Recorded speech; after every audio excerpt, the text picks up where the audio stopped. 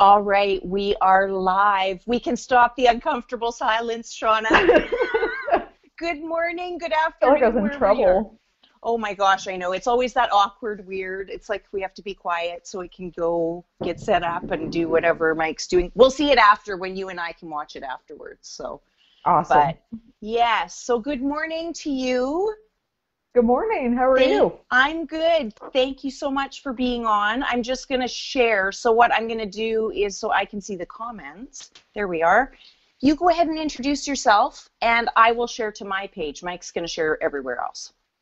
Okay. Well, I am Shauna Pace, and I work for Spray Right Foam Insulation here in, well, it's in Otterville, Missouri. And I've been spraying now for a little bit over a year. Our company's been together for, I think it's about 3 or 4 years now. Okay. It's hard to keep track. Yeah, well, you know, once you've been somewhere for a while, it's like, how long have I been here now? Yeah. Yeah. Days all kind of run together. Yeah, and so you said 3 or 4 years? Yeah. I think we have actually been in business now, I think it's a little bit over 3 years. Okay. And I guess the good question would be is how did you get started in the industry? So Shauna is one of the girls, one of the badass women of spray foam. We've got a group that we started to get all the ladies that are in this industry who are working on job sites, spray and foam, as well as the other ladies in the industry too.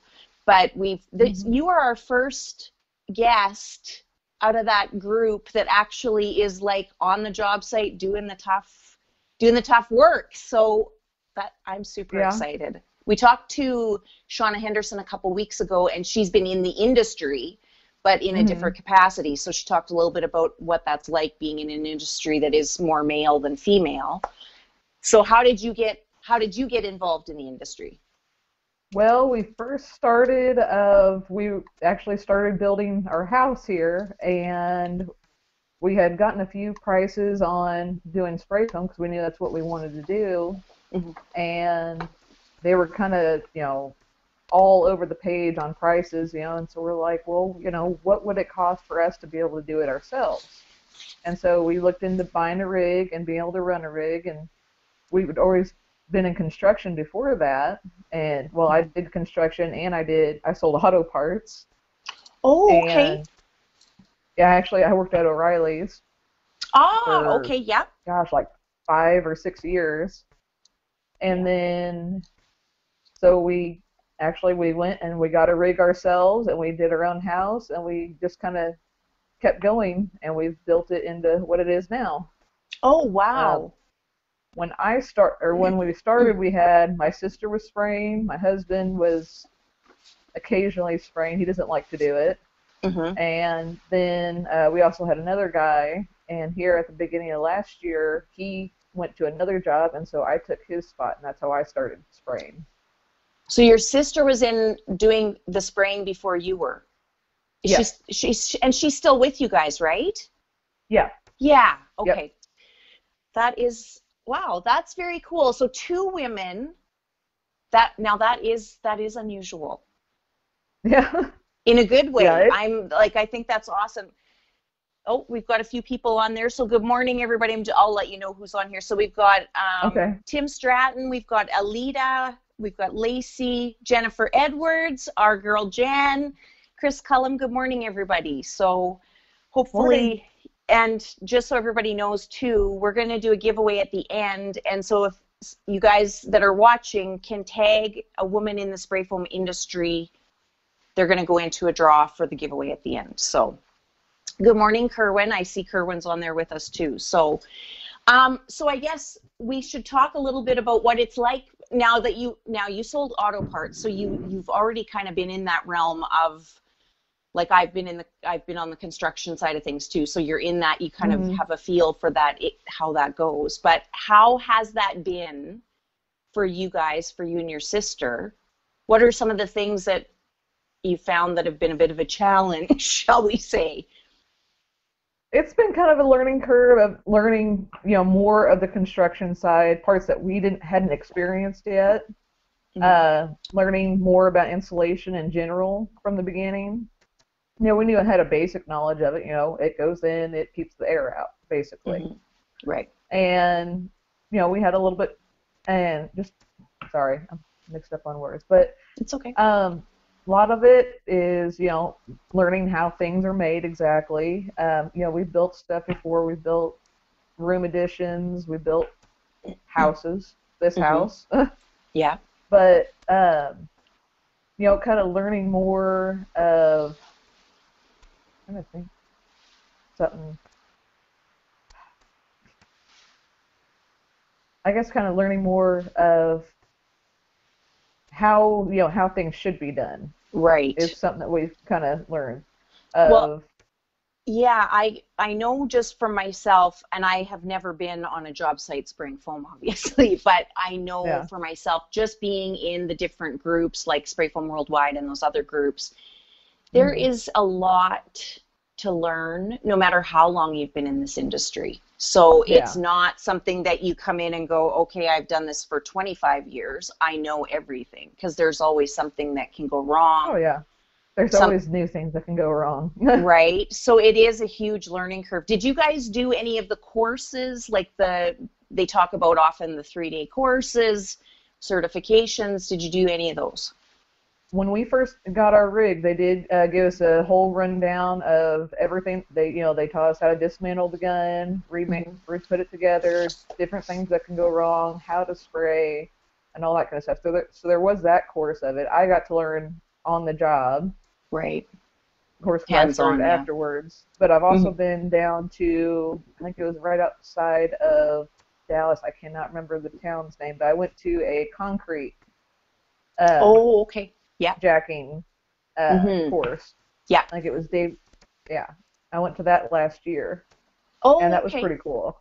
Yeah, I've been to SPI where I've been at their facility actually in Washington, and when they do the lifting and stuff, and I find concrete lifting like very fascinating to me. It was really cool. Yeah, they did a little bit of everything. They did the spray foam, they did polyurea, and they did the concrete lifting, and it was all like interesting. But I don't know, it's just remarkable to me that you need how you can gauge that and get that so it's right, so it's even, Oh yeah, because just like with your regular spray foam, just the slightest little bit, something can go wrong. Right.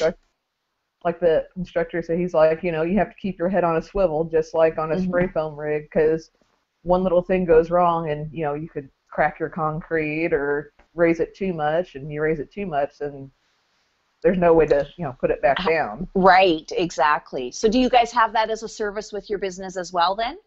We don't yet. We've been looking into getting either a mechanical purge gun, because that's what you need for that, or be able to get our equipment to work with that. Because with the air purge, the back pressure can cause your gun to backfeed. Right. And cause into all sorts of bad stuff, as usual. Yeah. I know in our group, in the Badass Women of Spray Foam group, in the closed one, we've talked about a couple of things, or a couple of times we've talked about the different challenges that you guys face as women in the industry versus men. And a lot of that conversation came around the suits that you guys wear, just things that are not designed, they're designed specifically for probably a white male. Yeah. So it's not one size fits all in most cases. No. So what do you guys do, kind of how do you get around that, I guess? You just make it work? We make it work. I've done a few things with the suits before. Most of the time we'll actually cut the feet off of the suits and go like that. That also gets you actually a little bit of extra ventilation, because those suits don't breathe. Yeah. Hold on, I got an assistant. He's trying to knock over my phone. Here he is. He's being. There's your assistant. Yeah. He's so cute. He's very cute. He's a fat man. Yeah, you guys talked about suits, and I think boots were another one that was an issue. I didn't realize how hard it is to find women's work boots. Mm-hmm. I mean, you can go to Walmart and you can, get your size in male or in men's size if you can fit in the men's size, if they go down that small. But I actually found good luck. I think I got mine off of Boot Barn, which I don't have them on. I actually have my slippers on right now. Yeah. But it is kind of hard to find in just a regular store without shopping online. Hard to find women's work boots. Mm-hmm. I remember that too. We went to get work boots for me, and I think there was one place, like this is a few years ago, and it was before kind of online stuff was like you can get it pretty much anything online, but it was super hard. One place had them, and it wasn't a Walmart, and it wasn't any of those places. It was like, I think it was called Mark's Work Warehouse up here maybe, but yeah. And I think they had like one style. There wasn't a ton of choices. It was very like, that's it. And if it doesn't fit, you're out of luck. So exactly. Yeah. I looked at boot places, and I looked at different, JCPenney's and gosh, I think Kohl's, which I had found work boots before at Kohl's, but suddenly they didn't have them anymore. Yeah. Well, and I your looked at feet. a bunch of different places and just finally settled. I was like, screw it, I'll look online. Mm-hmm. And you guys have to find those. Yeah, you guys have to take care of your feet, because if you like, and a lot of people will just get cheap stuff, or they'll use like something else, like I don't know if they use runners, but they'll find something that like it's good enough for now. And in the end, it ends up like you're kind of screwed because your feet are like, they are gonna hurt. Yeah, Usually I actually do wear tennis shoes, because when I'm climbing around in like rafters and stuff. Yeah. And plus, like, I found actually found this summer a pair of 50-cent tennis shoes at a garage sale. And I'm like, ooh, new spray foam shoes. There you go. Because who cares if they get dirty? Right. And but during the winter, I do need to wear boots because it gets so cold. And and my 50-cent tennis shoes are about worn out. Right. They're covered in foam, and now they've got, from walking through the woods and that kind of stuff, I've got sticks that have jammed up the side of them and that kind of stuff. Right. Yeah. So you guys do mainly residential, or do you do both commercial and residential? We do both commercial and residential. We do probably mostly residential, but we have done some commercial jobs. We've been getting more jobs here lately. Yeah. And what do you guys do for getting the word out about your company? Do you guys, is it word of mouth, or do you advertise? How do you? There's a lot of word of mouth. We also have a Facebook page, and then we also have Google Ads on there. Oh, okay. Yeah. We were doing Home Advisor, but it's how much it costs, and if, somebody could just be inquiring about, you could call them, they're just like, oh, well, I was just, kind of curious about it. I didn't really need anybody to call me, and so it's like, oh, well, now we called that. Now we got to pay for that one, and standing out the window, and they didn't even really want it. Mm-hmm.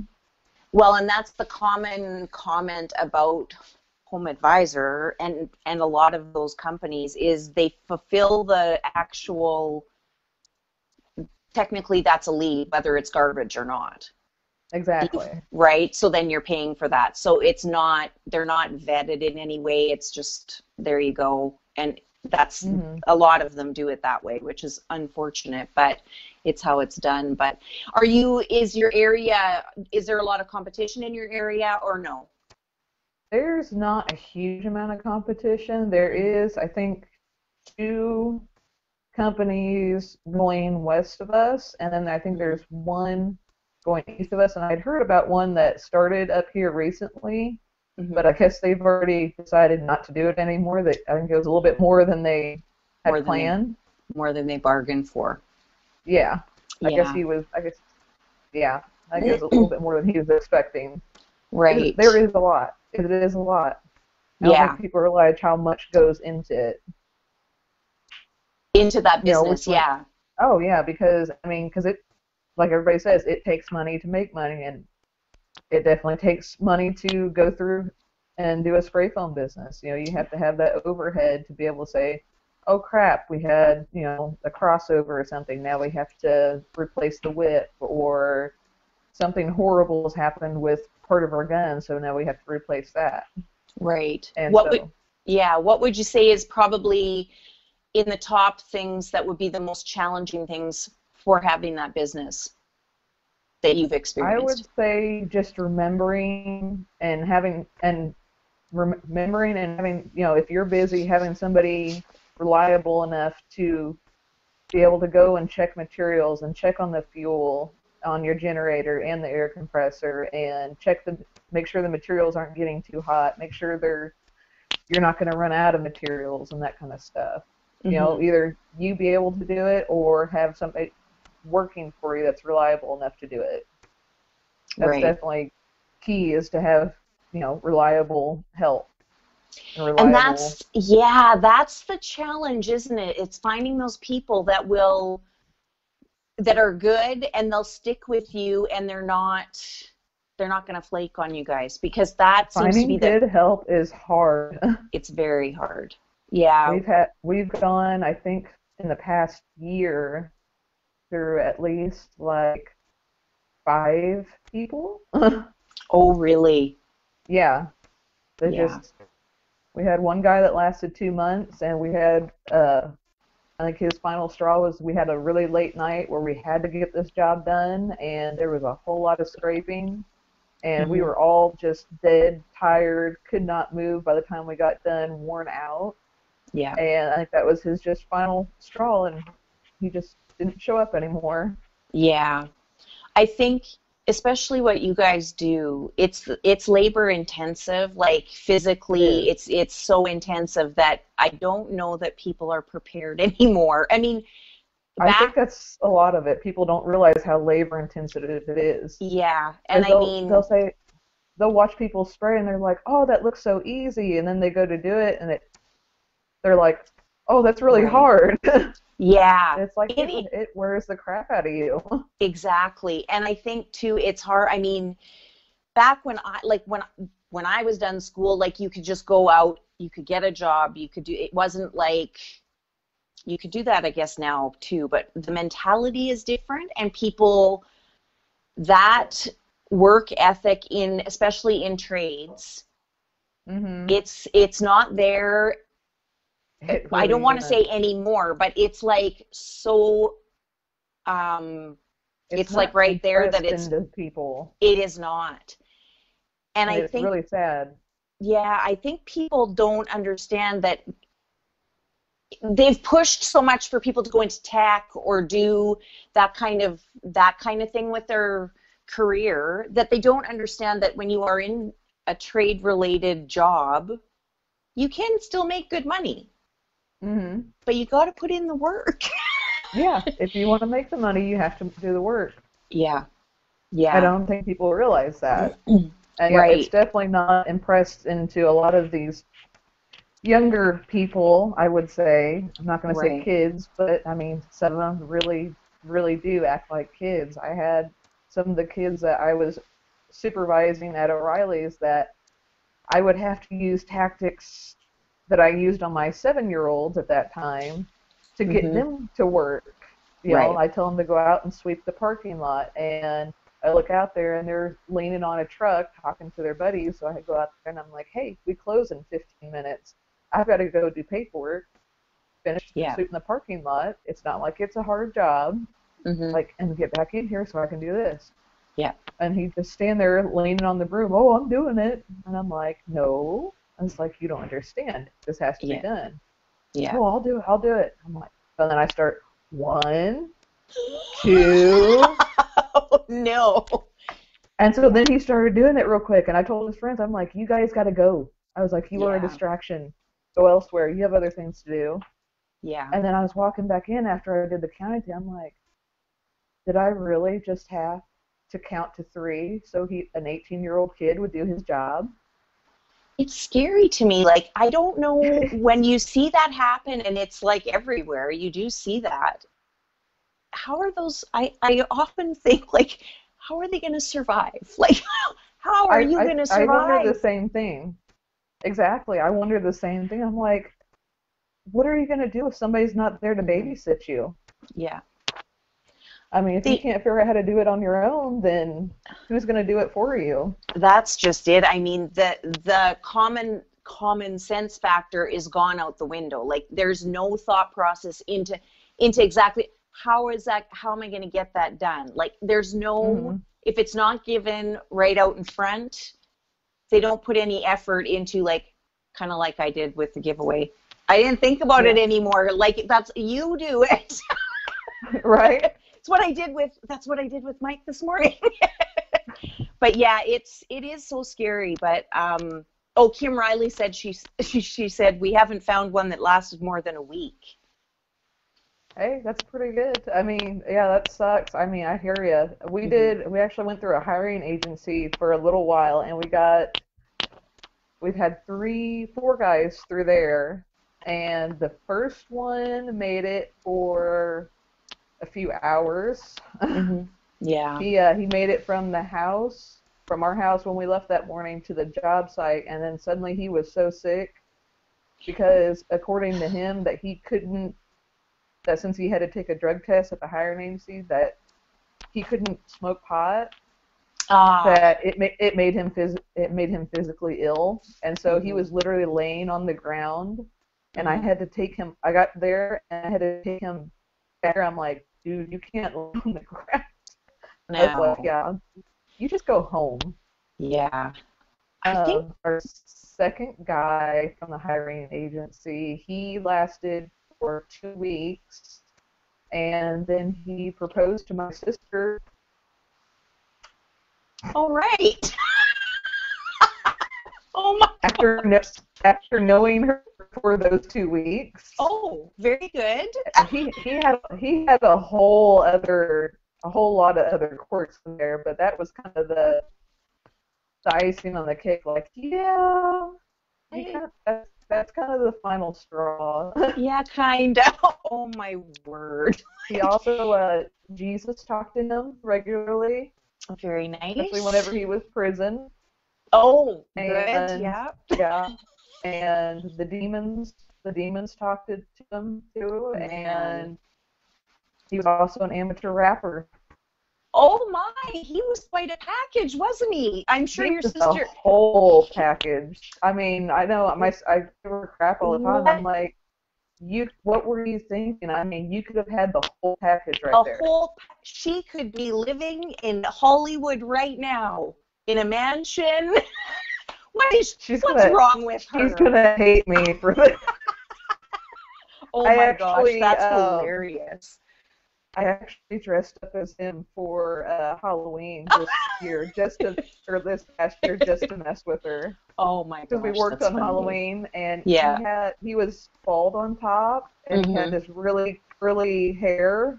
Yeah. And so I found a Larry Millen curly. I found a Larry wig. Oh, funny. And I waited till she came in for work that morning. I was hiding behind the door, and I jumped out. Oh my gosh. I've got it on video. It's pretty good. You'll have to share it in the group with us. Oh, I will.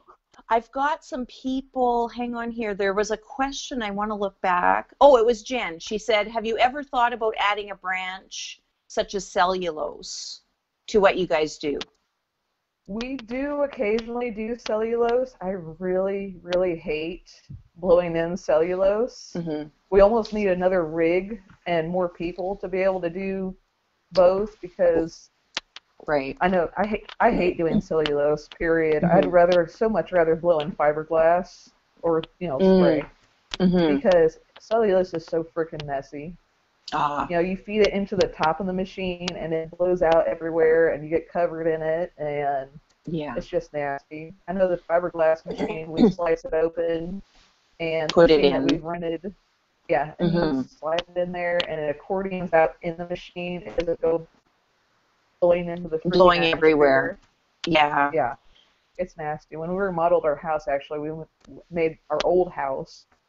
We actually blew in our attic with cellulose, and we made the mistake of having the machine sitting in the house when we did it. Oh. Because it was so freaking cold outside, and Yeah, it was probably at least a couple months before I finally got all of the cellulose dust off Out. the Oh, yeah. walls, because we had textured walls in that house, and so it was just Oh, kind of dang. It'd be coated the walls. everywhere. Yeah. Yeah, it was almost going to be worth it to bring a leaf blower in the house and just blow it off. Blow it all out. Yeah. Yeah, Keith Ibbotson just said it takes a good employee to run a cellulose rig. yeah, yeah, I could Yeah. totally see that because that's just some nasty stuff. Yeah. Kim Riley I said, did actually see somebody who did the wet cellulose in the walls the other day, and that was kind of interesting. I had to go up. We were going into the house to spray the ductwork, and they had done the right. wet cellulose in the walls, and I was kind of going up there and I was poking the walls, and I'm like, Yeah. "Ooh, look at it." Ooh. I Yeah, would have to say that's probably a lot less messy, though. right, It's because it wet, would so be, it's yeah, not. because it wouldn't fly everywhere. Yeah. Yeah, it's not newspaper confetti. Right. Kim says, unfortunately, they're adding cellulose to their business. So many people that can't or won't afford foam, so we are leaving money on the table. I hear that. I know we've come across a lot of people that they go to price spray foam. They're like, "Oh, that's a whole lot more than I thought it was." Yeah, Yeah. I mean we So, do. so Go how do ahead. you, Sorry. no, that's okay. I just, because I'll forget if I don't ask you this, is when that comes up, and I know that is always the conversation, is always it comes down to price. Hmm. What do you guys do to try to help educate? Do you guys like try to like educate them on that's that's an investment, or what do you guys do when Hmm. that comes back at you about price? Because that is a huge thing, and that's what people focus on. Because if they're, Yeah. as we've talked about in many of these conversations, like throughout whenever anybody's come on, it's always they want to put the money in the nice countertops. They want to have the nice everything they can see. They want that part. They'll put money into that. What's Yeah. but the stuff that's making your house do what it's supposed to do, can't see it. Yeah, that goes kind of on the That's back where they'll burner. cheap out. Yeah. Yeah. We usually just explain to them that, versus, you have fiberglass, you have cellulose, or you have spray foam for the most part is your three main forms of insulation. Mm-hmm. Your fiberglass and your cellulose, yeah, it works, but for the almost, it's more expensive, but your fiberglass and your cellulose, it's not going to give you a moisture barrier. It's not going to give you an air barrier. Mm-hmm. And for for even less of, width-wise, which leaves you more room in your wall studs or up in your attic space, you can have, 2 inches, inch and a half, or however much, well, I guess, 3 inches in the roof, two in the walls is Mm-hmm. what it's recommended around here to be at the code. Mm-hmm. You can have that much spray foam, and you get the air barrier, you get the moisture barrier, Mm-hmm. and you get a better product that's not going to eventually, compress or sag down or come loose.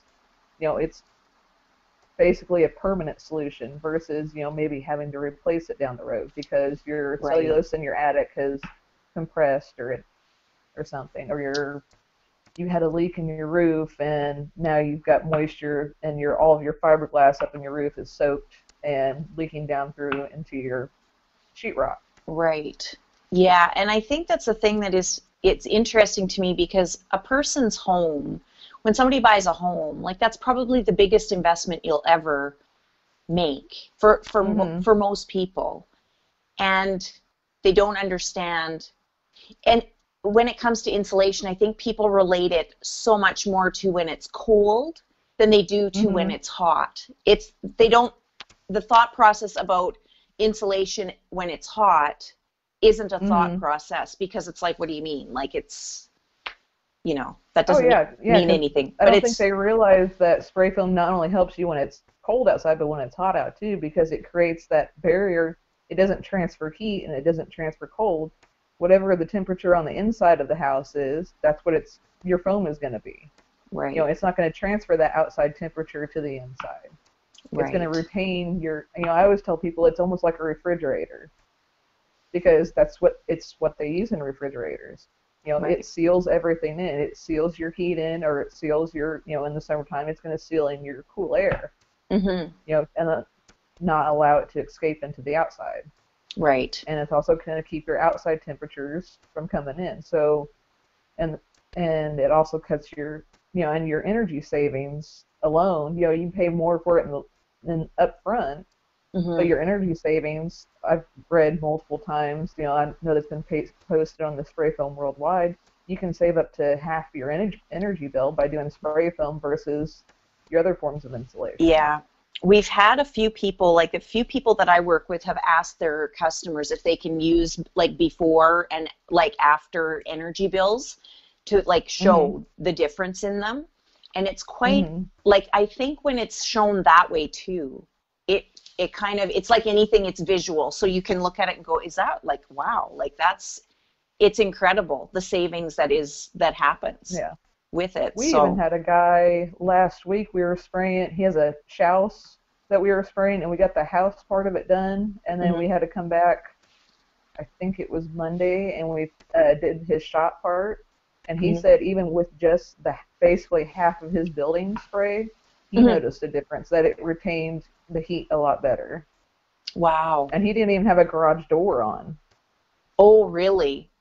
Yeah, he had actually had plastic hung up over where in the opening for the garage door, and he said he even noticed a difference because he ran one of the little torpedo heaters in there while he was trying to run wires and that kind of stuff. And that's something too, is that we can, if we're just going in and doing 2 inches into a 6-inch wall stud, you can run your wiring, your plumbing, and whatever even after we've already insulated, because if we do 2 inches on the wall, you still got another, 3.5 inches? There's room. 4.5 inches, right? Maybe. No, 3.5 inches of room that you can still, you can already have an insulated building and then come through and do all the rest of the plumbing and the wiring and the ductwork and all that kind of stuff, because you still have that space. Yeah. Whereas, if you're wanting to do your, if you want to have a warm building to do that in, you're going to have to rip out fiberglass and run your plumbing and wiring.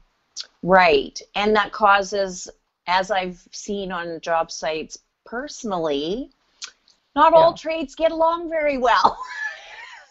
No. We usually get along with everybody for the most part, but it is kind of aggravating when you go into somewhere and they're like, oh, well, I hope you don't mind. I hope this isn't going to mess you up. But we also have, the AC guys here running on the ductwork, and it's like, I hope they don't mind getting speckled. Right. Like, it's funny to me because it's not like the construction industry is a new industry and this is all, like, brand new to everybody and nobody knows what the other guy does. Why can't it blows me away that it can't be scheduled or, like, more structured. Like, people know what the other one's doing, so, like, work together, people. You typically know when your AC guy is coming, so if you know that your AC guy is coming, it's probably recommended not to have your spray foam people come on the same day. Right. But we made it work. We actually sprayed his shop while the AC guys were working over on the other side of the building, but we also had to have them move their lift, and we had to wait for them on a while to move their lift. Because they were running the ductwork up in the high ceiling part, and so they had a lift in there, and so it's like, well, we have to get our scaffolding in here. Oh, well, you can just use the lift. Yeah, you probably don't want us to use your lift. Right. Yeah. I mean, we have a cover, but we hadn't planned on them being there that day, so we didn't bring it with us. Right. And so it's like we could have covered it if we knew that it was going to be here. Right. Like, yeah, that's the other thing, like communication. Let us know so we can be prepared, because that's the other thing we see constantly in worldwide, at least, is everybody's posting the picture of, we're ready for you to come in, and the whole place is filled with stuff. They haven't moved anything. Yeah. People don't understand. And I don't get why that is an issue. Like, to me, that's like a common sense thing, but it's not common sense. No, it really isn't. Yeah. We had a guy who they were just a little hair over. Cat, I love you, but you've got to back off. he's being like super loving, and right now, of all moments, usually he's just like, and right now he's like, I want to be famous. Just like a little kid too, right? When you're like, they're doing their own thing, and then when you're trying to do something, they're right there. Like they need you right now. Oh yeah, every time. I've got a 2-year-old, and that's how she is. Yeah. Oh my gosh, I've seen your videos now that we're connected as friends. Yeah. So weird, but anyways, so cute. Oh yeah, she's cute. I've realized the difference between boys and girls now. I think I finally got it figured out because everybody's like, "Oh, girls are so much harder." Thanks, Daddy. Yeah. I think I figured out the difference between little boys and little girls. Everybody's like, "Oh, boys are so easy," and I'm like, I never got it until now. Boys, when they're little, they need your attention. Otherwise, they're gonna do something and kill themselves. Right. Little girls, they require your attention because they want your attention and they want it all the time. Yeah. Yeah. You know, the boys may not want it, but they need it. Yeah, and it's I have 2 girls, and when they were little, it was always funny because it was the volume, the noise level. Their pitch is so high. Oh yeah. And you get a group of them. It's like, what is happening? Like, it's just volume 30 million. Oh yeah, my little girl has figured out that she'll be playing around and she'll just do that real scream, and I'm just like, what do you want?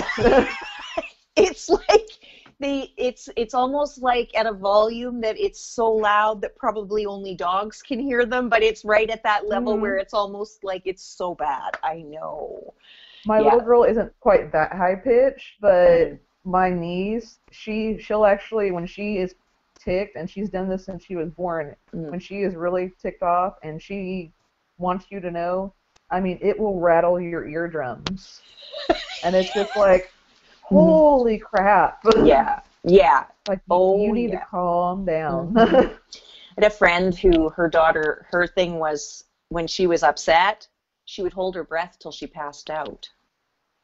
So she was quiet, but it was like my kids do that. Mine never did either, but like we went through with one of them, we went through a biting phase, but I've gone through that with all 3 of the two of my boys, and then Ava has recently. I think she's finally quit doing that. Thank God. Yeah, that's a bad phase. You know, I asked people, I was like, "What do I do?" You know, when the boys were little, they're like, "Oh, bite them back." Yeah. I tried that with my first one, and I mean, I got him pretty good back. I figured, that's going to be the end of it. He turned around and laughed at me. And I'm like, oh, backfire. Yeah, it's like, well, that's not going to work.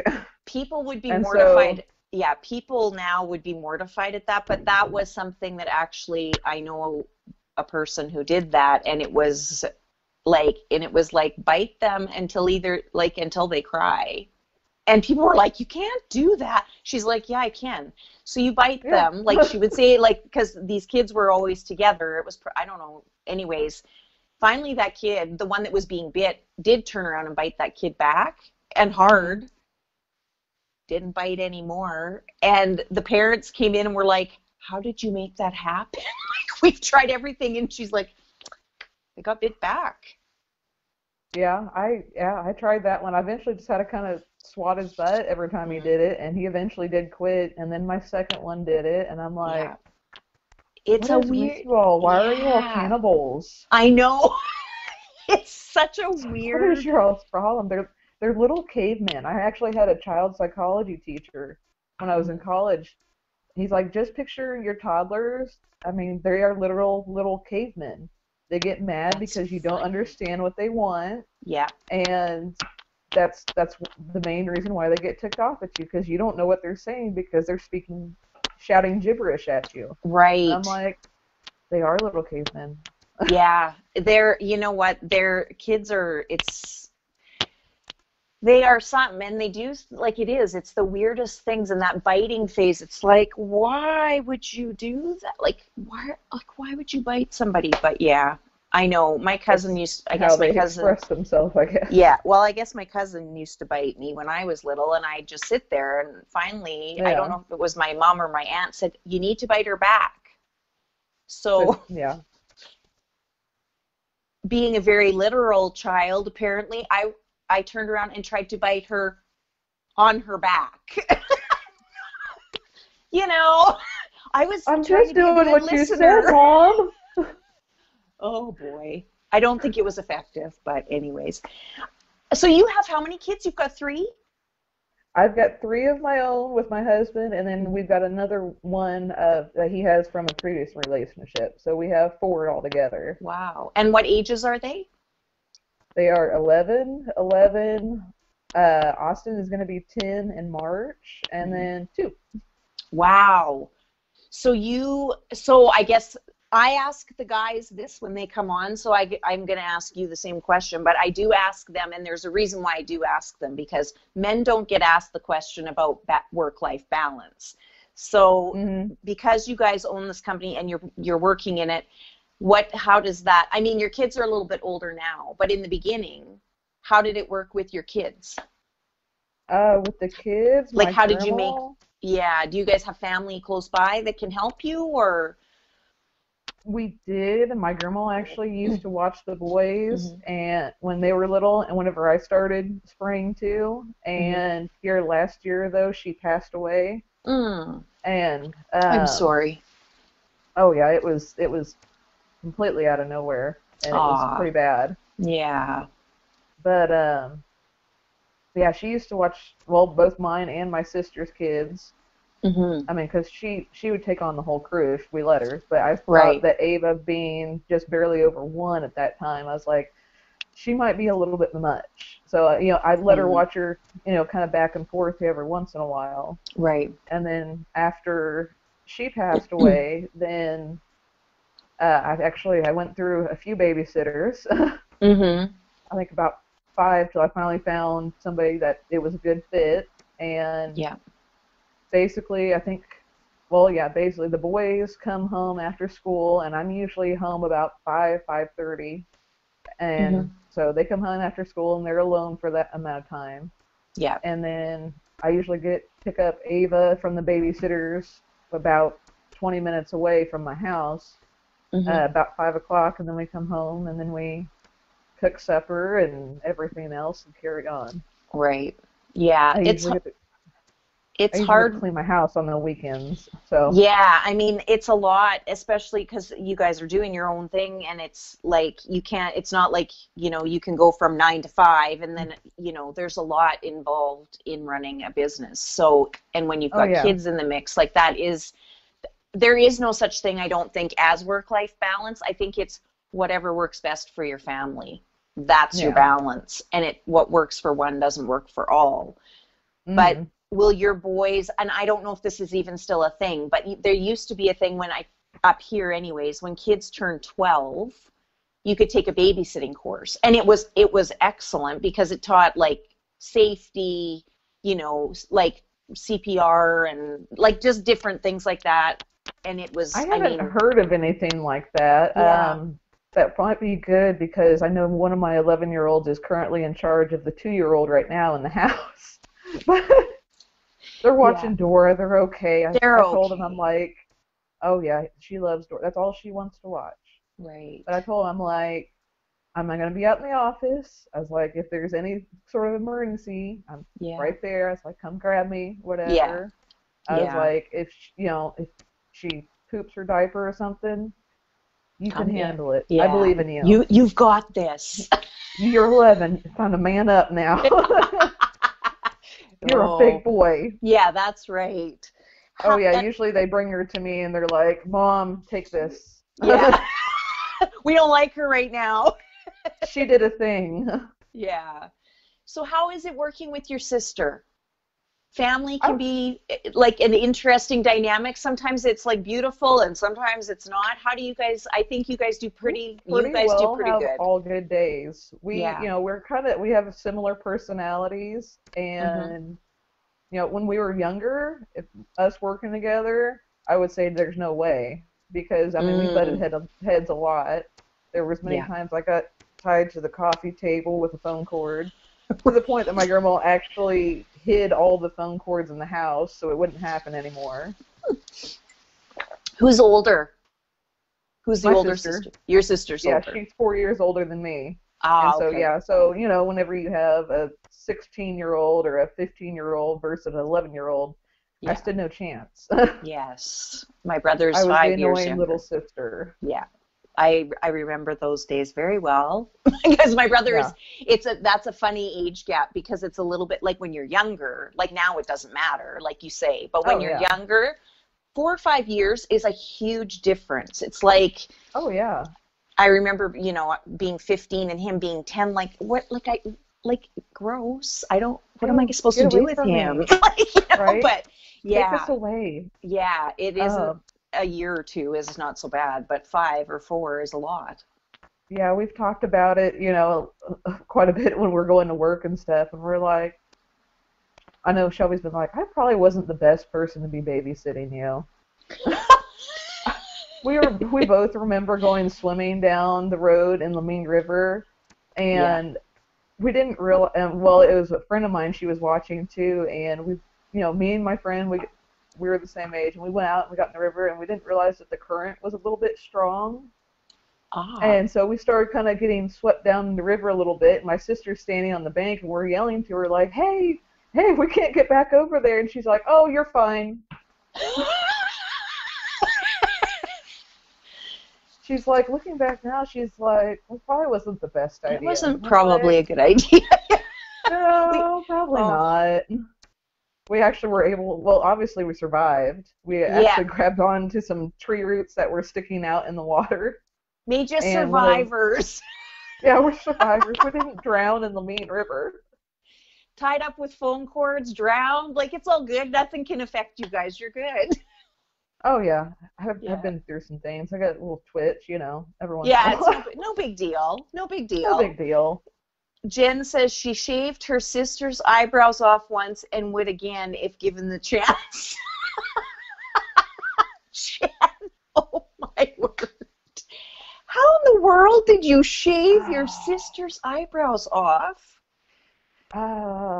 Kim Riley says her sister owns an event planning company. She would never make it in my profession. She used to cry when it was her turn to mow the yard. Of course, I swooped in and did it for her.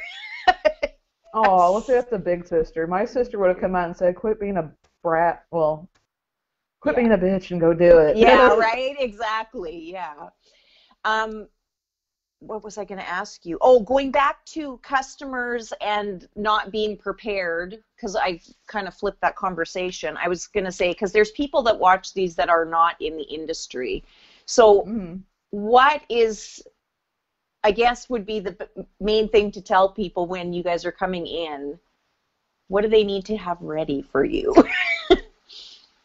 Oh. So you're not moving their things. Oh my gosh. We usually, if we're spraying the walls, we usually tell everybody to have everything that they don't want covered in overspray, to have everything at least 4 foot away from the walls. That way, if we need to, we can put the baker's rack through there. If they can. Usually we tell them, anything that can be moved out of the area, please get out. If it can't be moved, then at least 4 foot away from the walls. If we're going to be spraying the ceiling, we usually tell them if they're going to have to put it in piles, at least to have it about 4 foot wide, no wider. That way we can run the baker's rack over the top of it. Right. So how long before... And what is the time frame for people to be able to go back into their house after you guys have sprayed in it? If we spray the house, we usually leave the windows open and let it air. We usually tell them to air it out for at least 1 to 2 hours. If they're living in there, we haven't really ever sprayed anything that somebody is actually living in. Where they're living in crawl space. Right. We did a Mennonite's crawl space actually here a couple weeks ago. It was pretty bad. It was one of those very tight, like belly crawl all the way. I don't even know how you guys do that. I used to be I'm a lot better than I was, but I'm Mm-hmm. slightly claustrophobic. I don't like those places. Yeah. But I felt really bad for these people because otherwise they were going to have to evacuate their house, actually. Oh. The inspector actually came in and I guess they had such a bad mold problem from the moisture from the floor that we actually had to coat the joists underneath there too to stop the spreading of the mold, to just cut off their supply of oxygen and moisture. Mm-hmm. And we didn't even know, they didn't even tell us that before we went underneath there. Oh, really? They're just like, oh yeah, the inspector said the mold is so bad underneath there that we actually have to evacuate the house. And I was mainly learning this from like one of the little kids of like one of 10 that were, kind of peeking up underneath there while we were underneath there. Yeah. But isn't that, that's a hazardous thing. Like mold is not, that's no joke. Oh yeah, I didn't realize it was moldy. And like getting done with that one, the first day, I realized, and after she told us, I was like, well, maybe that's why I feel like crap now. Right. Because like my neck actually on both sides leaving after that day, in addition to all the bruises and everything else from all the rocks underneath there. Yeah. And rolling around on those, my neck actually hurt for like the next couple days after spraying that. Yeah, I bet. I'm guessing from inhaling all the nastiness. Oh boy.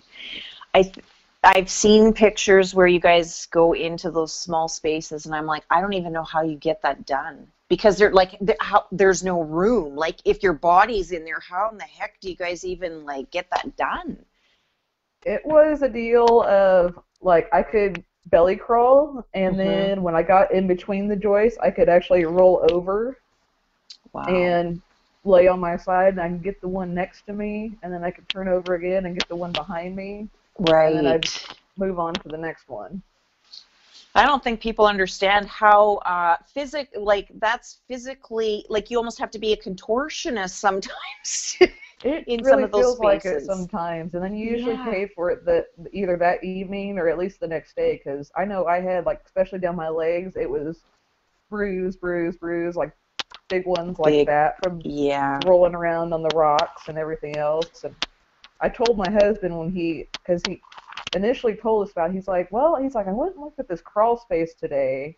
He's like, I'm not sure if you guys could do it or not, though, so I want to take you down there and have you look at it, see if you can do it.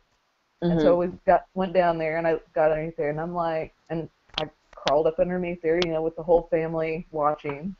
Right. And I'm like, well, we can do it, technically. It's like, I'm not going to like you very much, though, after it's done. Right. Yeah. And he's like, but we can do it. And I'm like, yeah, it's more like spraying like this. Right. Yeah. So, it was one of those that it wasn't pretty. It wasn't butter.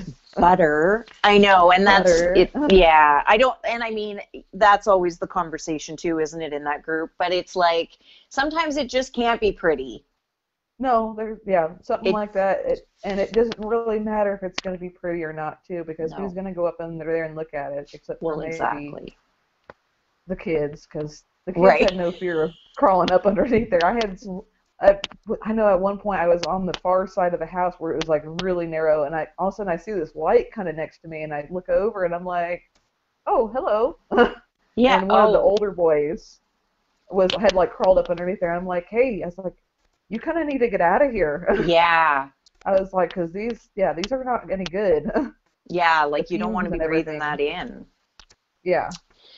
What would you say would have been, would that be kind of at the top of one of the most, one of the harder jobs that you've done? What would be some that have been the most challenging? That one was a fun one. I did the inside of a gas chimney here not that long ago, too. That was another fun one. Oh. I usually get sent into the places that nobody else wants to go. Right. Either they don't want to do it or they don't fit. Ah. And so I'm 5'4" and 100 pounds, so I guess that's what I get. You get you're the lucky one. Yeah. Oh boy. Yeah, yay me. Oh Yeah, my Shauna will God. fit in there. Just throw her up the chimney. Right? Oh my gosh, that is how, yeah, that, I never thought about that Yeah. before. Yeah, it was fun. It was a deal where the guy, I had no good way to climb up it the first day when I looked at it. I'm like, I don't know. He's like, oh, do you think you can get all the way up to the top? And I'm like, I can get up to that point, but I can't make it Mm-hmm. all the way to the top because I had nothing to Mm-hmm. climb on and Yeah. carry this hose up this little makeshift ladder. Mm-hmm. And so he so kindly went that night before we came back, and he took 2x4s and he screwed them all the way going up to the top so I could get all the way up to the top. And I'm like, yay! Oh man, wow. That's kind of nice for sure. Oh yeah, he wanted to make sure we could get all the way up to the Get top that of done. the chimney. Oh yeah. You guys, what So is the, yeah, it was a matter of I took the hose and I looped it around my back right. and my shoulders and everything. And going up the beginning part, the steps were in front of me, and then as I got up to probably about head level, there was Yeah. the steps were on either side of me, Mm-hmm. and so it was going up step, step, step, and then Wow. making sure that I sprayed above my head, because if I sprayed below, about midsection, I wasn't going to be able to go down. Oh my gosh. Wow. And yeah, because it was probably maybe about like a 3 foot wide and 2 or 2.5 foot deep Mm-hmm. little area.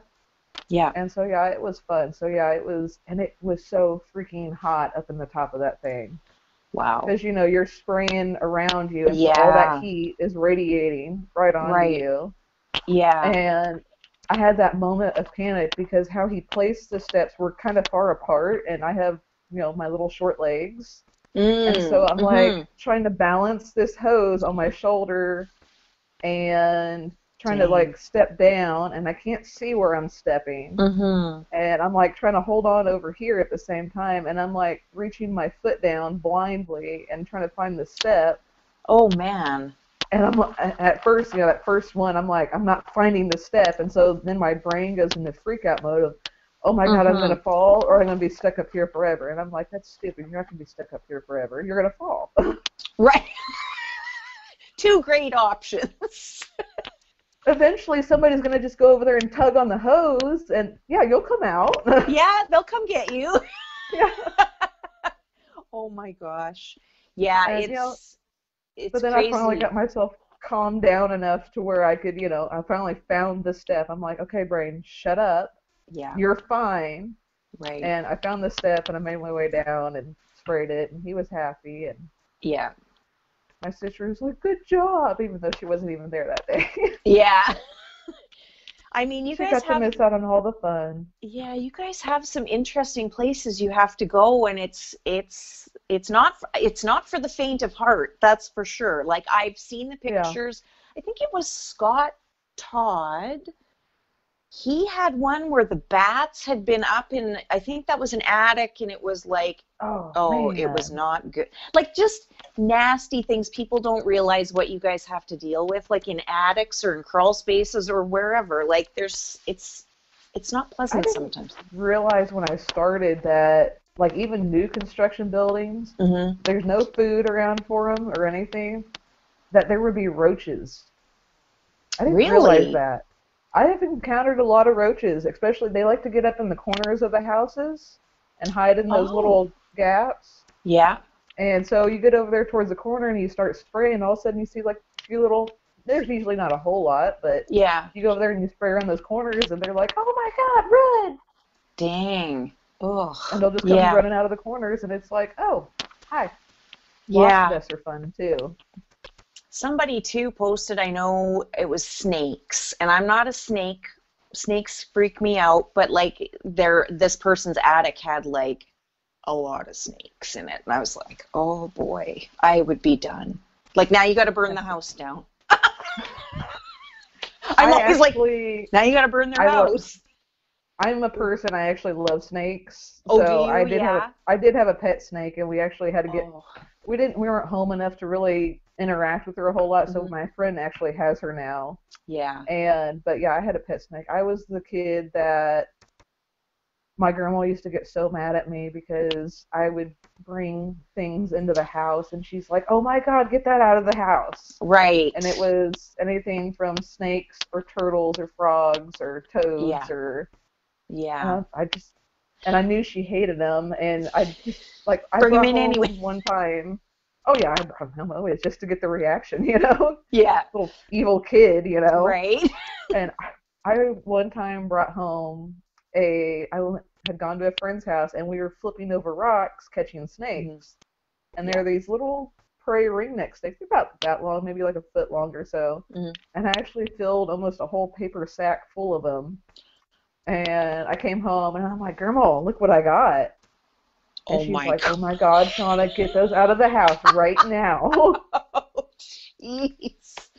I don't know why I've got a thing with snakes. I think it comes from, like, I grew up on a farm, and I was out, like, there was a garter snake that I didn't see, obviously, and I was wearing, like, flip-flops, I guess, and I stepped on it. Not knowing, and it went around, it wrapped around my foot. Yeah. And ever since then, I'm not friends with snakes. Didn't do anything to me, it just scared me.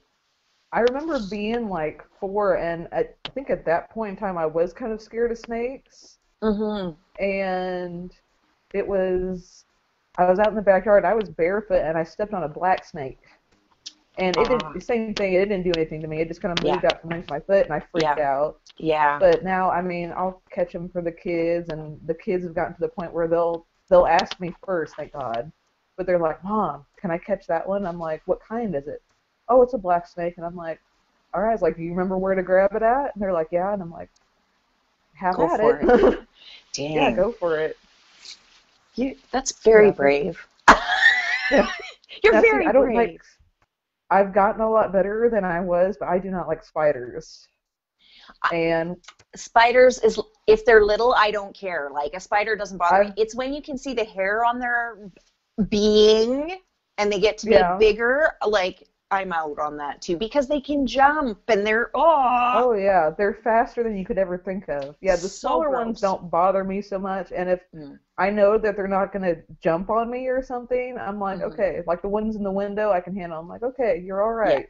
I can deal with you. We're friends. But it's one of my first jobs when I was still really terrified of spiders. We had to go underneath a trailer house and spray under the floor. And that thing was riddled with, everybody calls them cellar spiders.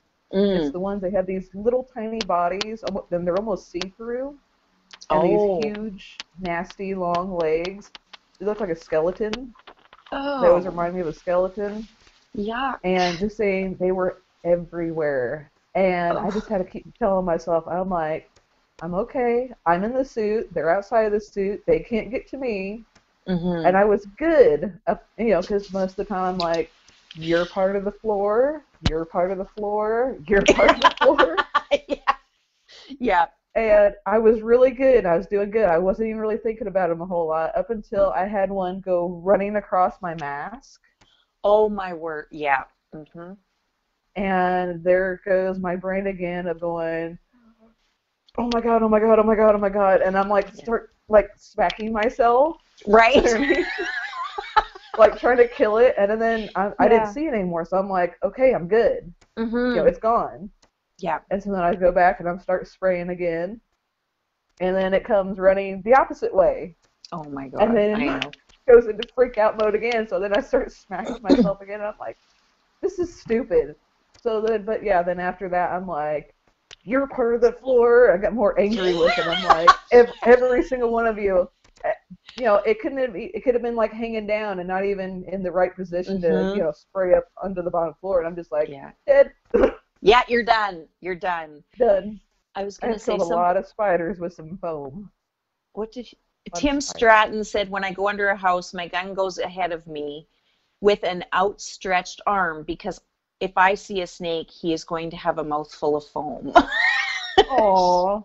Now, see, I'm the type, I would get the snake. I would actually grab the snake and take it out of the Get it out of the crawl space Oh first. gosh. Somebody Yeah. posted a photo the other day of where they had I'm guessing they accidentally, because they didn't totally encase them, but they had actually gotten them on the head with the foam, and I'm like, please tell me somebody saved him. I was like, I would have been sitting over there trying to pick little bits of foam off of him. You're a braver woman than I am. I can't. Oh my gosh. It's just a deal of that kind of thing. I know you probably wouldn't have been able to save him, because I mean they had like his whole head was like covered in foam, and I'm like, I know you would have like tried to pull it off. It probably would have like ripped his scales off and right. stuff, and it probably would have been easier to. You guys down, but... definitely come across some very interesting critters along the way. I have come across some interesting live ones. I guess really all I've seen so far really in crawl spaces. I haven't even seen any snakes yet, unfortunately. Mm-hmm. I've seen a few mice and spiders and cockroaches and those kind of stuff. I've come across a few dead ones, and this guy, the guy that had like this just stacks and stacks of stuff that he couldn't move out of the shop that we were spraying for him. And I mean, like he had 3 rows of 8-foot wide stuff, and it was probably close to about 6 foot to 8 foot tall on each stack. Yeah. Well, we were moving stuff to make the row a little bit narrower so we could take the scaffolding across the top of it. And we found that he had a McDonald's bag full of raccoon tails. Oh, wow. I had to ask him about that later, and I'm like, so we found your secret stash of raccoon tails. And he's like, oh yeah, he's like, I was going to use those to make into hats. And I'm like, I wonder how long they've been sitting here, because there's a lot of stuff in here. Wow. And I mean, he had like multiple buildings of just the most random crap you've ever seen. Yeah. I can't even. A little mini trailer, like it was like an old, like a war, it had been used in the military, and it was just sitting there in the garage, and I'm like, none of this could have been moved out of the way at all. Not a bit of it. Not the bag of raccoon tails or anything. It was way too important to be moved. I can't. You guys must just like. You'd have the most interesting, eclectic group of people that you do work for. Welcome to Missouri. Right. There are some interesting people. Yes. We actually, I think there was a really fun one, and we thought we cursed ourselves for a while. But we did a house, and we were talking to the guy, and I was actually trying to go find him on this property, and I found this little bitty bottle, an old bottle, and it was kind of like a purple color, and I was asking about it. He's like, oh yeah, he's like, the people I bought this place from, there was 2 brothers, and one house burned down, and that brother moved away, and then the other brother, he was an old man, and he actually got murdered in his house. And I'm like, and those, those were their bottles, and they're just all out. I guess they were just all out through the woods all around that place. And I'm like, oh, that's interesting. And I cannot remember. He had a really, like, it was like Orlando or Stefano, or it was like one of those really crazy names. And when we came back, and I was like, do you mind if I keep the bottle? He's like, oh yeah. He's like, any ones that you find, you can keep. So I had it in the truck. Well, we came back the next day, and we got stuck in the freaking mud. And I'm like, I've cursed us. We have stolen one of Stefano's bottles. I was like, and now he's pissed at us because I stole one of his bottles, so I took it and I threw it back out of the truck. I went back and picked it up later after the job was done, but... Rex and I watch too many ghost shows. Don't take stuff from places where people have been murdered. It was like a really weird type story. He was like, oh yeah, he's an old man, but somebody just went into his house and they murdered him, I guess. And I'm like, dang. That's why he's pissed. Yeah. I stole his bottle. Put it back. Well, the job was done, so I went and grabbed it after the job was done. I'm like, okay, we're good now. Yeah. He'll follow you home, though. It went to Shelby's house. Shelby's got the bottle. It's payback for that time in the river she didn't save you. Yeah. That's what happens when you don't save your sister from drowning. There you go. There you go. We've got a million comments on here, so after we're done, we're going to have to go back and go through and see what everybody's been saying. But, okay. Probably has nothing to do with spray foam either. Well, no, there is a lot in here with good comments about just different things. But, okay, so we've got, oh my goodness, we've got a number of people tagged for the giveaway. So the giveaway is a shirt and a beanie. And cool. Yeah, so we've got which shirt did he decide on? I don't know that he showed us a picture of it. I can't remember.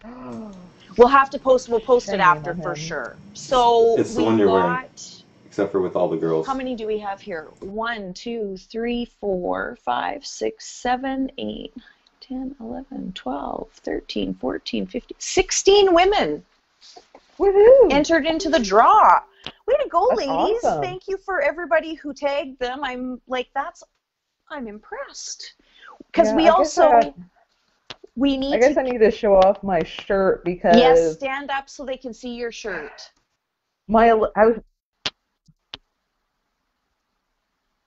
Awesome. Oh, there's our Charlie's mysterious voice. He's like Charlie's Angels. Thanks, Charlie. Yes, thanks, Charlie. Good morning, Charlie. Yeah. But yeah, stand up so they can see your shirt that Mike made for you guys.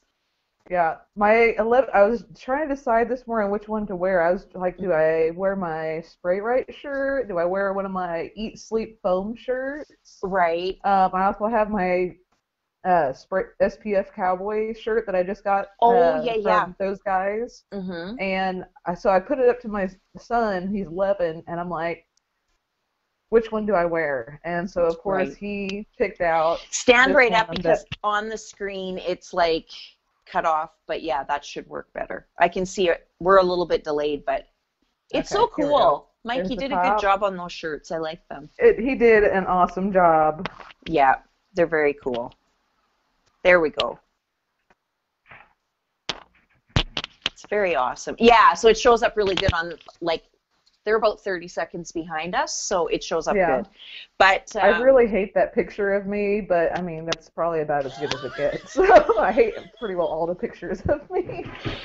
I think you know what, this year we're gonna do some more stuff with you guys in the women's group too, in the Badass Women's group. And I know you know what, I wanted to ask you this too, is how did you come across Spray Foam Worldwide? Did somebody tag you or did somebody invite you, or did you find them? How did you come across Worldwide?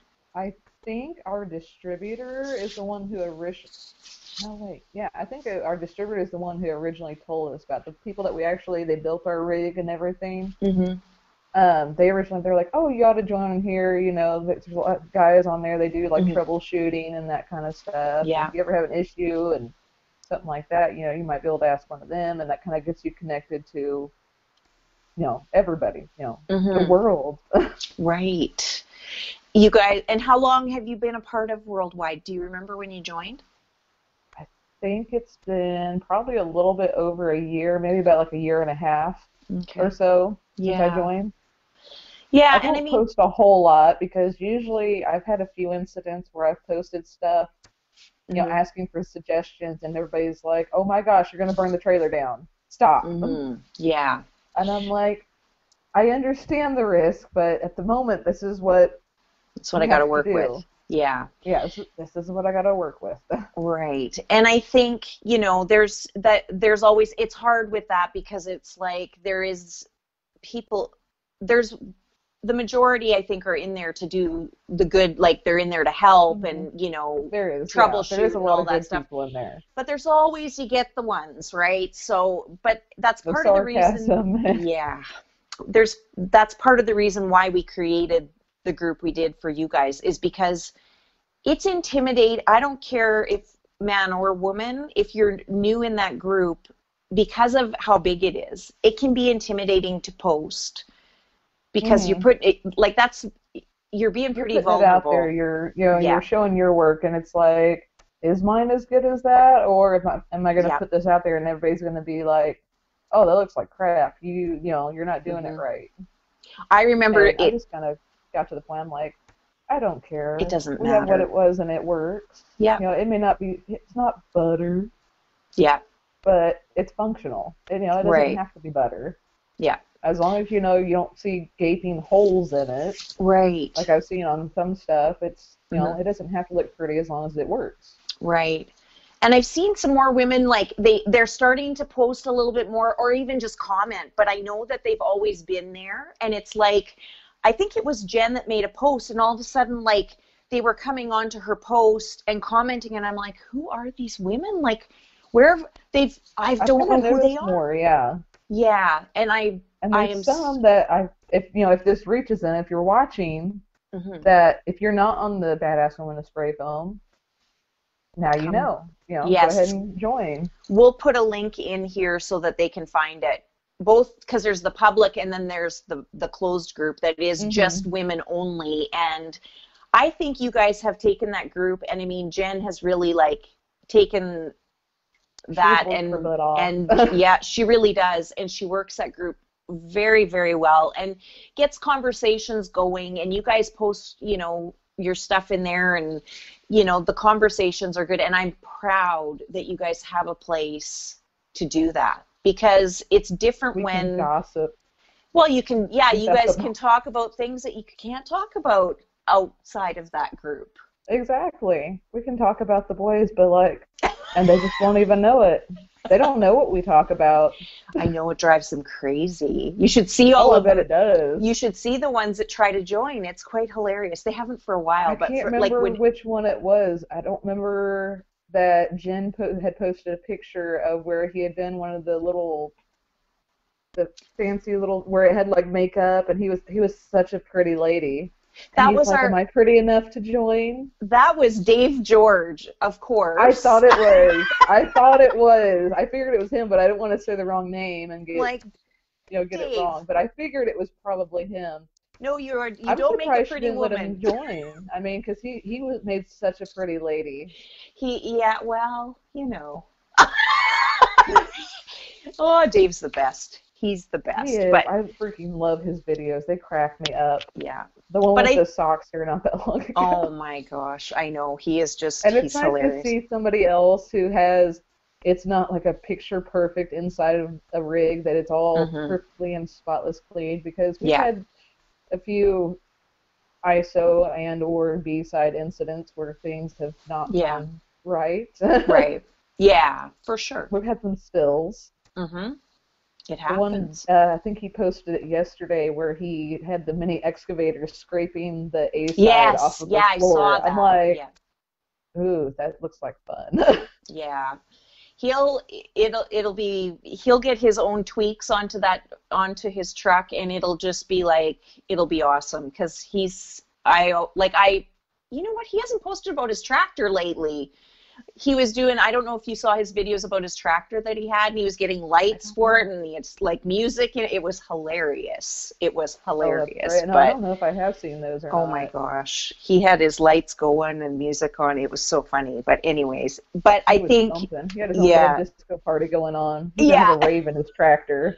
It was hilarious, but it's nice to see you guys come together as a group, and just like, you guys can bounce stuff off each other. I've got one of the girls that's in there. Her name is, I believe it's Elise, and she's actually lives in the same province that I do, and she's probably one of, I don't know, in Canada, if there are, I bet you there's not 5 women in this industry that are doing what you guys do. So I said to her, like, come join this group, because she's with men all the time. She's got nobody else, and she lives a little bit remotely, so it's not like, I said to her, are you, like, where are you? Because if you're close to Vancouver, like, let's all I mean, I'm not working on the job site, but like, I'll meet up with you for sure. Like, I'd love to meet everybody, but it's isolating, because she didn't have anybody that, from your guys' perspective, I think it's nice you guys have each other where you can kind of bounce the frustrations and the good and the bad and all of that stuff. Yeah, it is nice to have somebody that can relate to, stuff like, Yeah. I know one that we've talked about is having to go, like, especially if it's not so bad if you're out in the country or something like that, but when you're in the city, guys can just go behind a building and pee. We can't do that. Right. Especially when it's how it is right now outside. I think we had like 4 or 5 inches of snow yesterday. Who wants to go outside and pee in that? Right. My husband actually got my sister the year before last. He actually got her what's called a Shewee. It was kind of a joke. It was kind of a joke birthday present, and I keep asking her every time because it seems like she constantly has to go pee when we're out in the middle of nowhere, and I'm like, "Where's your Shewee?" She's like, "I left it at home." Yeah. She's like, "It takes practice because it's for those that don't know what it is." She's like, it's basically a funnel. Yeah. And it allows girls to pee like a boy, but something that you don't realize is it's a small funnel, and I guess you have to you have to control the stream. Control your pee. Otherwise, you fill up your funnel and suddenly it's on your hands and down your pants and everything. Nice, yeah. Design flaw. Who built that? It was probably a guy that built that thing. Probably. Right? Yeah.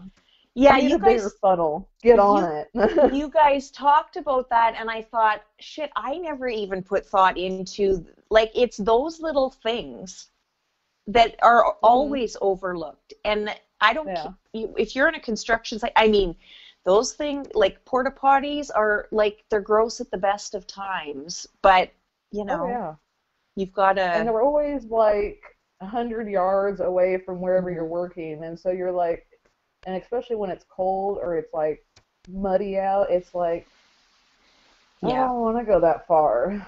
Yeah. So I gotta walk all the way across this giant freaking parking lot just to get to a bathroom. Right. And so then you're like, oh, I'll hold it. Well, then pretty soon it's your turn to spray. So then you're sitting up in the rafters and you're like, I gotta pee. Yeah. That was actually me. Here, not this past week, but the week before. I was sitting up in the rafters, and I didn't want to walk all the way across, this huge cul-de-sac to go to this porta potty that God knows who's been using. Right. And it's like, oh, I'll just hold it. I'll be all right. Well, then pretty soon I'm up in the rafters, dragging this hose up through the rafters, and every time I have to drag it, you're like, ooh, I gotta pee. And then pretty soon I'm sitting up there, and I'm like, would it be worth it? No, don't do it. It's just going to go down into the foot of your suit. Don't do it. Yeah, exactly. Oh, my gosh. Yeah, it's... You'll never live it down. There's some different... Yeah, definitely. And, I mean, there's obviously the other challenges of, like, just people... I know somebody commented in the group about, if a guy is coming in as a customer, they don't want to talk to the women. They want to talk to a guy because, what do you know, really? When we take out the rate, it's at the job sites, it's everywhere. We'll take we'll stop and get, fill up everything at the gas station. And I remember there was one day, usually they'll go up to our helper and Nelson, and they're like, oh, I was wondering about spray foam and all that. And Nelson's usually like, you need to go talk to them. Yeah. And I'm like, yes, us girls over here by the coffee machine. Hi. Yeah. Yeah. And they're like, oh. We actually we stopped at one gas station, and there happened to be another construction crew that they built houses or sheds or something like that. And the guy went up over to them. They're like, oh, are you with the spray foam group? And I overheard him. I was all the way across the gas station. I'm like, no, that's us, the girls. Yeah. Yeah. I think it's like, oh. Yeah, and you'd think now in 2020, it shouldn't be as shocking to people, but it still is. Oh, it is, yeah. The one of the guys that we had hired for us, the 2 weeks guy that proposed to my sister. Yeah. One of his other fun quirks was he would dance around while he's waiting because he really wanted to spray foam just all the time. That's all he wanted to do. And he wasn't quite the best at it because he wanted to go really fast all the time. Right. And it's like, dude, you gotta slow down. Yeah. But he would get frustrated when we didn't let him spray. And it's like, you gotta watch, you gotta learn. Well, I just don't really like you guys working harder than me. He's like, I don't really think that girls should be working harder than men. And I'm like, after like the 20th time of him saying that in one day, I'm like, hey, you know what? You're just gonna have to get over it. Yeah. Because that's how it is. And we're trying to teach you something, so you just kind of need to shut up and pay attention. Yeah, it's funny, you get the looks and you get all those things. Like I've been carrying like drywall, sheets of drywall, going to Home Depot and getting loads of like 2x4s or whatever and loading them onto getting them loaded and whatever. I'm by myself and guys are walking by, do you need a hand with that? Which is very nice that they do. It's like, no, I'm good. Like, I'm good. I got it. But there's sometimes whenever you're like, the looks. No, I got this with my big womanly muscles, and there's other times like, yes, please take it. Yeah, exactly. I'll take that help. But I'll take it here. Yeah, I had to go to Menards yesterday and load up on more plastic, and every time I go to Menards, it's 4 boxes of thin plastic, and like yesterday it was 8 boxes of the thick 4 mil plastic. So I haven't put it up in the garage yet. It's still sitting on the dolly. Yeah. Well, we have a my son's Jeep frame out here in the garage right now too, and I didn't feel like walking through the maze to put it on the shelf. So I'm like, it's good there. Yeah. Good enough for now. Good enough for now. Well, Chad can take care of it. We've been talking for an hour and a half. I just looked at the time. It goes by so fast. It happens. So. Apparently I haven't had any emergencies in the house yet. Yeah, so they've done good. They've done very good. Okay, so all of the women are going to go into the draw. And I don't know that we covered this. I was like, how are we pulling the name? Oh, yeah, I think I interrupted here. But I think what we'll do is we'll put everybody into the draw, and then afterwards we'll post it with a picture of what they've won and tag them in it. We could do it live. It's ready. Can we do it live? Yeah. Okay, Charlie. Thanks, Charlie. You're the best. You are the best. Okay, well, we may as well do it right now. Okay. Do we need a drum roll? Yeah, I don't know how do we do it? Yeah, there you go.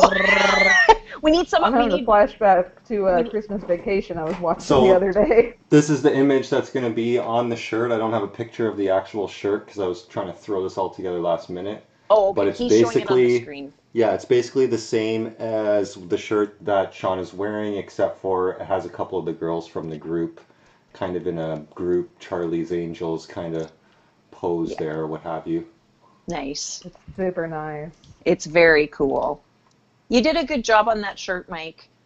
You did awesome. I was so not expecting whenever you sent this. I opened up that box and I started dying laughing. Yeah, it's awesome. So he showed Jen and I'm like, dang, that's pretty killer. I like that.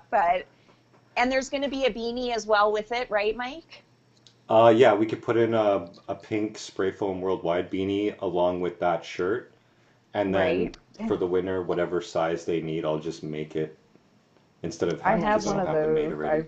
I should have brought it out to the garage with me and been like, Vanna. Yes. Oh, well, we've got the wheel right here for you. He's got a wheel. You'll see it when you watch it back, Shauna. There's a wheel, like Wheel of Fortune. This is very fancy. Now, a coffee with Carla's real getting question very is, fancy. Now, see, my grandma was hardcore Wheel of Fortune, but she also loved watching Price is Right. So yes. I love Bob Barker. He's the man. There you go.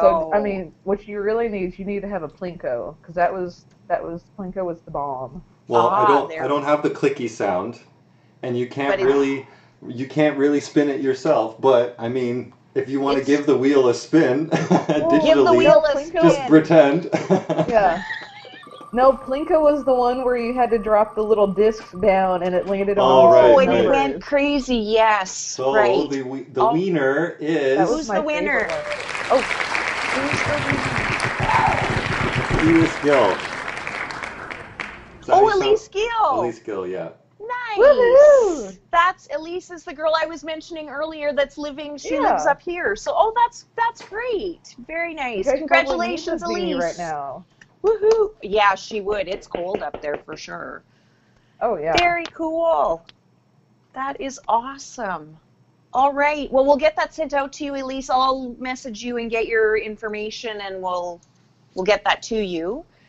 But is there anything you want to say in closing, Shauna, to end everything? I can't. All the girls that are watching this, that if you're not a member of the Badass Women with Spray Foam, get on there. I mean, it's a great group. You know, we have different conversations about different stuff. You know, anywhere from troubleshooting to talking about issues, just sharing funny random stuff. That's usually what I get bored and share, especially when I have to go on the long drives. I love when you guys share videos. Yeah, me and Shelby probably goof off a little bit too much. I know my husband sometimes. My husband, a lot of times, he's like, "What was I thinking, putting you two together?" You gotta have fun. I'm like, yeah, you gotta have fun. Otherwise, it's all serious, and you just want to tear your hair out 9 of the time because. That's right. I mean, there is so many things that can go wrong, but you just have to remember that you are not the only one that it's happening to. Yeah. Because it happens to everyone. It's just that everyone may not share it. Right. Because everybody's like, no, that didn't happen. We do awesome. Yeah. No, we never accidentally switch the barrels when we're recirculating. Yeah, and I think too, just so any of the ladies out there that haven't joined and maybe they're a little bit nervous, because I know when it comes to an all-women's group, that sometimes can be it can be not the way this group is. So I want to make sure that anyone that they understand this group. You can ask anything. It's supportive. It's positive. Everybody's there to encourage and, like we said, have fun. Share some different things, and it's not a space where anybody is doing anything nasty. No, we are all. Everybody's nice to each other. I've never seen a single negative comment on there. Nope. And like I always say, all of us women, we are crazy. Every single one of us. Yep. But all of us on there, I mean, we're all crazy in our own way, whether it's a good crazy or a bad crazy. And so far, everybody on our group, we're good crazy. That's right. That's right. So yeah, I know there's some ladies in Worldwide that probably don't even know that group exists. So we'll put links in the comments. Make sure we'll put a link for your company page in there as well, so people can give you guys some likes. And that'd be awesome. I like likes. Yes. No bad reviews. That's right. No bad reviews. That's for sure. I was reading one, the guy the other day was talking about the bad review, and I'm like, I would just go back on there and put what he said, because you can always comment. I always read the reviews because people are crazy. And that's the thing. It's if you try to counter that with but here's what we did. It gets into the back and forth. It just goes bad. That just goes sideways. So, people don't, let's just not leave any bad reviews. No. Let's make it easy and not leave any. But thank you so much for See, it was easy, wasn't it? You were a bit nervous. It wasn't that bad. Oh, I was. I've never done anything like this before, so I was freaking out. I've been going around all morning cleaning my house, and I'm like, what is she gonna ask? What is she gonna ask? And I'm sitting there bringing up my own little questions and asking myself questions. How am I gonna answer that? And I tripped over my own words a few times, but I think I did pretty good. You were awesome. Probably. And I'm sure I made plenty of stupid faces, so I get to go back and watch that later. So. It's all good. I always say to people, it's like you and I are FaceTiming, and I guess people are watching that FaceTime, but it's so easy, and it's just a conversation.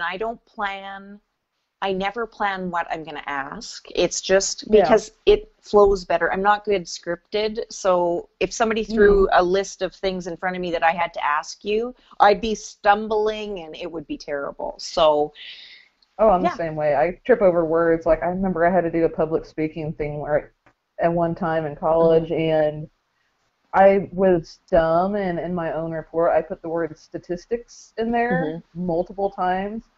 And so then I was up there trying to say this speech, and I'm like, right? Statistics. Yeah. And the teacher's finally, he's just like, just say stats. It's just easier. Yeah. Yes. He's like, we need to get this done eventually. Yeah. Well, I will let you get back to your day and everybody else back to their day, but we'll go through and go answer the comments and stuff. But thank you again so much. You're welcome back anytime. Awesome. I'm glad I didn't do too bad. You did awesome. I gotta go back in and make sure my house is still intact. I haven't smelled any smoke yet, so nothing's burning. So it's good. Who knows what else you could find though. Yeah, I made sure to close my bedroom door, and most of that way she couldn't get to either bathroom. Right. And so, Lucas is pretty responsible, so he's a good kid. Yeah, that's good. All right. Yeah. Okay, you guys, everybody have a great rest of your weekend, and we will see you all next Saturday. Thanks again, Shauna. All right, thank you. See you guys. Bye. Thank you. Bye.